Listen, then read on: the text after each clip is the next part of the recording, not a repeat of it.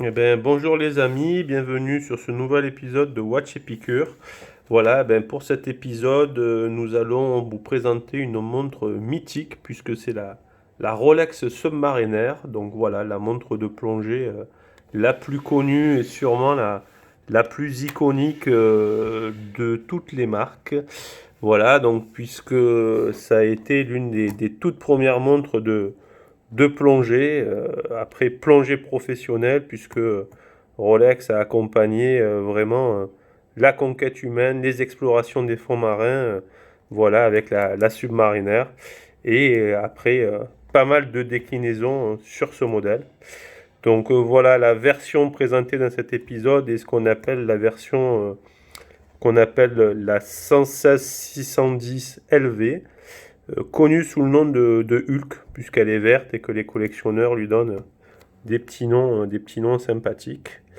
Avec, vous voyez, une lunette céramique verte, voilà, qu'on peut apprécier, lunette de plongée. Donc là, c'est vrai que voilà, quand on a la chance de manipuler une Rolex, on se rend bien compte de la qualité. Vous voyez un petit peu des cliquetis et le plaisir de manipuler la lunette graduée. Donc c'est vraiment une superbe expérience. Voilà. C'est une montre, voilà, c'est assez difficile à rendre en vidéo, mais elle a pas mal de reflets. Et son fond et son cadran, pardon, change de couleur vraiment selon l'exposition au soleil. Donc il peut être presque noir quand les conditions sont sombres. Vous voyez.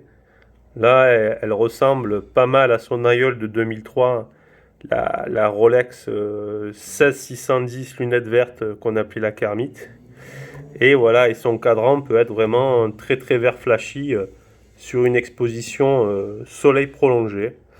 Vous voyez, donc on est sur des versions récentes de la Submariner, donc les 116-610. Vous voyez, donc un format de montre avec des cornes qui sont quand même assez épaisses, donc qui donnent une belle présence, une belle présence au poignet. Moi, je la trouve vraiment magnifique avec ce cadran vert changeant.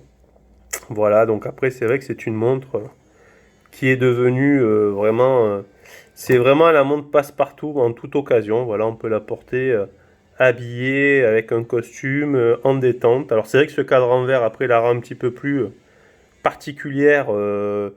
Voilà, peut-être moins sobre et passe-partout que le modèle noir. Mais moi, je trouve elle est vraiment superbe. Voilà. C'est une version avec date, donc bien sûr certains puristes préfèrent les montres de plongée sans la date. Il me semble que la première Rolex Submariner avec date datée de 68 au 69 me semble-t-il. Mais voilà, c'est vrai que c'est vraiment une très très très belle pièce. Vous voyez avec son bracelet Oyster, alors cette fois qui n'est pas en poly brossé, qui est tout acier. Le fermoir Glide Lock, là aussi, magnifique fermoir avec lequel voilà, on peut régler un système de réglage rapide pour adapter sa montre selon les conditions. Voilà.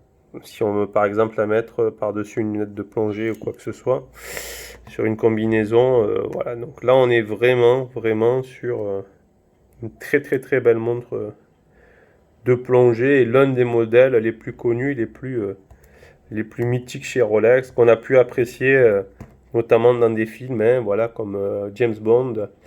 Voilà, dans les premiers James Bond portaient une Submariner. Hein. Après, on sait que c'est Omega qui a récupéré la licence. Donc, vous voyez un petit peu la finesse de boîte de cette montre. Voilà. Ça, c'est vraiment super sympa. Voilà. Voilà, hein, que dire, hein. Après, aujourd'hui, bon, on connaît un petit peu, on sait ce qui se passe chez Rolex. C'est assez compliqué aujourd'hui de s'en procurer une. Mais voilà, eh bien, écoutez, quand on en a une, c'est plutôt sympa. Alors après, si toutefois vous n'arrivez pas à en avoir neuve, vous pouvez essayer de regarder du côté de marché de l'occasion.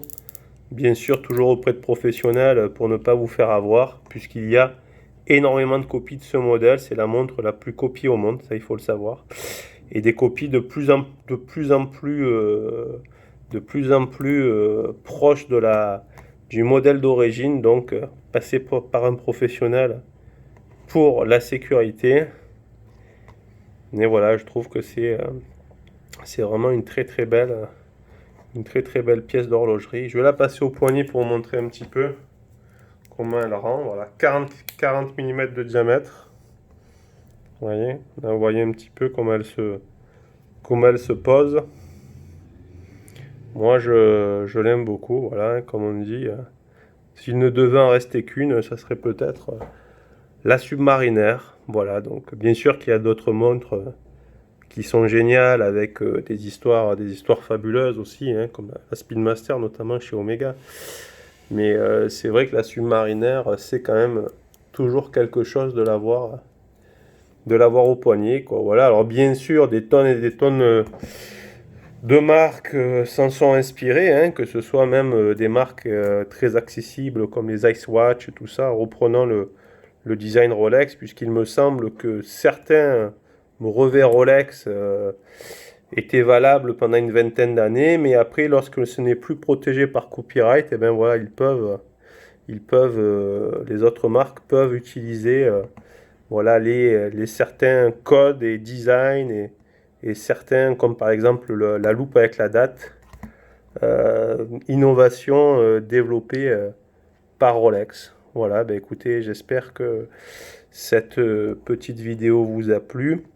À savoir que Rolex vient de présenter les nouvelles Submariner avec un calibre, avec une réserve de marche de 72 heures, alors que là nous sommes en 48 heures.